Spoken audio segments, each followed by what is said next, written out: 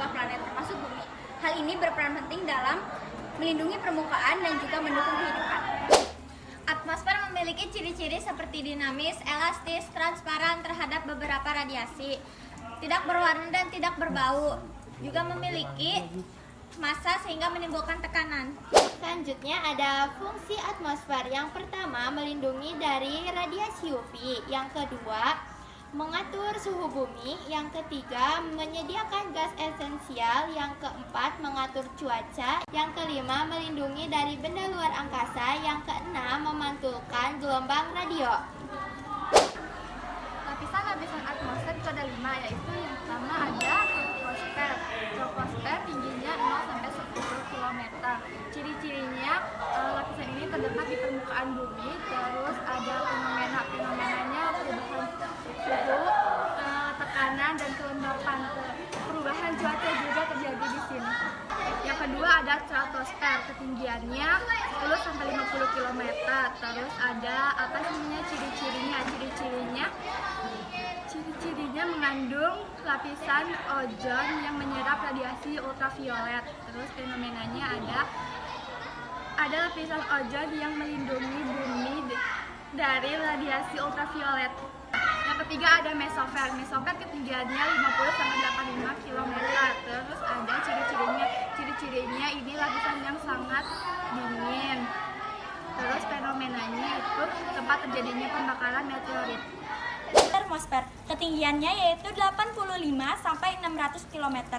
Ciri-cirinya yaitu lapisan dengan suhu sangat tinggi dan terjadi ionisasi partikel-partikel. Fenomenanya yaitu terjadi ionisasi, terjadi fenomena aurora, dan pemantulan gelombang radio. Yang kedua adalah exosfer, ketinggiannya yaitu di atas 600 km. Ciri-cirinya adalah lapisan paling luar. Fenomenanya adalah interaksi dengan luar angkasa. Cuaca adalah kondisi atmosfer di suatu tempat dan waktu tertentu, sedangkan iklim adalah rata-rata kondisi cuaca yang jangka waktu yang lama dan mencakup wilayah yang luas. Unsur cuaca dan iklim meliputi sinar matahari, suhu, tekanan udara, kelembapan, angin, awan, dan curah hujan. Unsur ini saling terhubung satu sama lain. Yang pertama ada sinar matahari, yaitu adalah energi matahari yang mencapai permukaan bumi dan menjadi sumber energi utama bumi. Dan ini juga memengaruhi suhu. Yang kedua ada suhu, keadaan panas atau dinginan di suatu wilayah. Dan yang ketiga adalah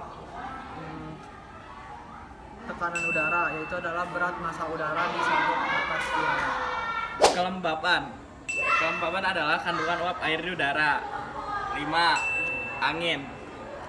Angin adalah gerakan udara horizontal yang terjadi karena terbentuknya tekanan udara. 6. Awan adalah kumpulan uap air yang mengandung struktur di atmosfer. 7. Curah hujan adalah jumlah air yang turun di suatu wilayah. Global adalah peningkatan suhu rata-rata dari atmosfer, laut, dan permukaan bumi yang diakibatkan oleh gas metana, karbon dioksida, dan nitrogen oksida.